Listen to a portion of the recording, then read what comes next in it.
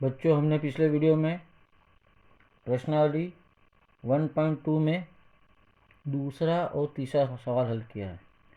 इस वीडियो में आपको प्रश्न नंबर 4 में बता रहा हूँ। प्रश्नावली हमारी 1.2 और पेज नंबर अगर आप देखेंगे सवाल का तो पेज नंबर 3।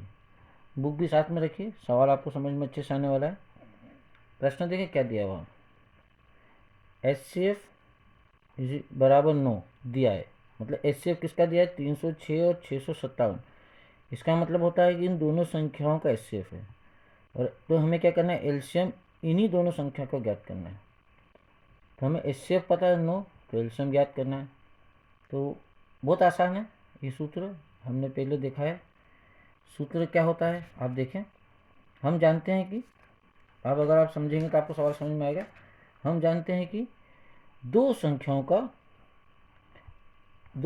का गुणनफल जो होता है वो किसके बराबर होता है, HCF और एलसीएम। अब दो संख्या तो हमको मालूम है 306 और 257 है। HCF हमको मालूम है 9 है, तो एलसीएम बड़ी आसानी से निकाल सकते हैं। देखिए कैसे निकालें। दो संख्या कौन सी, 306 और 657। तो हमने लिख दिया 306 गुणा में 657 बराबर। अब HCF हमको 9 दिया है तो 9 लिख दिया। एलसीएम हमें नहीं मालूम है तो इसका एलसीएम को हमने ऐसे ही रहने दिया। इसका मान ज्ञात करना, इसलिए ये बराबर किधर जाएगा तो कहाँ जाएगा, बटे में जाएगा। कैसे जाएगा देखिए, 306 गुणा में 657 और ये बटे में चलेगा क्योंकि गुणा में था उधर, तो ये भाग में चलेगा बराबर में LCM। इसको काट देना, कटता है तो कटेगा। देखिए 3 तिया 9, 3 एकम 3, ये शून्य इसी किसी और 3 दूनी 6। फिर से देखें एक बार, फिर कटेगा 3 एकम 3, 3 तिया 9, एक बच जाएगा तो 12, 3 चौक 12। तो क्या बच गया हमारा एलसीएम, आप यहाँ भी लिख सकते हैं। एलसीएम बराबर 34 गुणा में 657, ये हमारे पास आया। आप इन दोनों गुणा करें तो एलसीएम हमारा जो आएगा किन दो संख्या का आएगा, इन दोनों संख्या का आएगा। 306 कॉमा 657, आप रफ में गुणा करके देखेंगे यहाँ पर 657 गुणा में 34, अब गुणा करके देखेंगे तो इसका आंसर कितना आएगा, 22,338। ये आपका रफ वर्क है, आपको करके देखना है। तो हमारा आंसर कितना जाएगा, 22,338। ठीक है। इसके बाद हम आप अपनी बुक में देखेंगे, इसका सवाल नंबर 4 के बाद सवाल नंबर 6 कर रहे हैं। तो हमारा काम का सवाल है ना। तो सवाल नंबर 6 कर रहे हैं, ये भी 1.2 में है, पेज नंबर 13।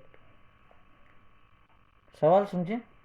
सवाल हमारे पास क्या दिया हुआ है, व्याख्या कीजिए। क्या व्याख्या कीजिए कि जो संख्या है 7 गुणा में 13 गुणा में 13 प्लस 13 और 7 6 ये सब गुणा में है प्लस 5 भाज्य संख्या है। तो दो टाइप की संख्या होती है, भाज्य संख्या होती है, इधर मैं रफ में लिख रहा हूँ। एक भाज्य संख्या होती है, फिर कौन सी होती है, एक अभाज्य संख्या होती है। दोनों में अंतर क्या होता है, भाज्य संख्याएं कैसी होती है, ऐसी संख्याएं जो किसी और संख्या से विभाजित हो सकती है, किसी पहाड़े में आती है, उसको हम भाज्य संख्या कहते हैं। जैसे अगर भाज्य में देखें तो 4 10 12, 4 2 के पाड़े में 10, 5 और 2 के पाड़े में 12। अब अभाज्य संख्या आप पूछेंगे कौन सी होती है, जैसे 3 5 13। आप कहेंगे ये भी तो पहाड़े में आ रही, 3 एकम 3। हाँ आ तो रही है, लेकिन वो अपने पहाड़े के अलावा किसी और पहाड़े में नहीं आ रही है। जैसे भाज्य संख्या में 4 एकम 4 तो होता है, लेकिन 2 के पाड़े में भी आता है। 10 अपने के अलावा 5 के पाड़े में भी आता है। 12 भी आप देख सकते हैं। ऐसे ये किसी और पहाड़े में नहीं आता है। तो हमें ये बताना है कि ये दो टाइप की संख्याएं भाज्य क्यों हैं। ठीक है। सबसे पहले हम पहली संख्या की बात करें, 7 गुणा में 13 11 गुणा में 13 और प्लस 13। अब यहाँ क्या खास बात दिख रही है, ये संख्या गुणा में है और इसे प्लस में, तो दोनों में हमको क्या दिख रहा है, 13 कॉमन दिख रहा है। तो हम 13 क्या करते हैं, कॉमन निकाल लेते हैं गुणा में। अब क्या बच जाएगा, 7 गुणा में 11, ये बाहर चला गया, प्लस 13 में से हटा देंगे तो 1 बचा, तो कितना हो जाएगा 13 गुणा में 11 सत्ते 77 प्लस 1, तो ये हो जाएगा 13 गुणा में 78। तो आप देख सकते हैं ये 13 के पाड़े से भी विभाजित हो गई और ये 8 आ रहा है तो 2 के पाड़े से भी विभाजित हो गया। इसका मतलब ये संख्या किससे होगी, भाज्य संख्या होगी। तो आप क्या लिख सकते हैं, अर्थात यह भाज्य संख्या है, भाज्य संख्या है। ठीक है, अब हम दूसरी संख्या के बारे में बात करें। दूसरी संख्या ये पूरी है 7 गुणा में 6 गुणा में 5 गुणा में 4 3 2 1 और प्लस में 5। इस सवाल को भी ठीक उसी प्रकार से करना है जैसे पहले किया था। दोनों में 13 कॉमन था, इसमें आप देखेंगे दोनों में क्या कॉमन है, 5 और 5। तो 5 हम हटा लेते हैं, गुणा में 7 गुणा 6, 5 हटा दिया तो फिर 4 गुणा में 3 गुणा में 2 1, अब प्लस 5 बाहर चल गया तो यहाँ क्या बचेगा 1। तो 5 गुणा में इन सब संख्याओं को गुणा करना है, प्लस 1 हो जाएगा।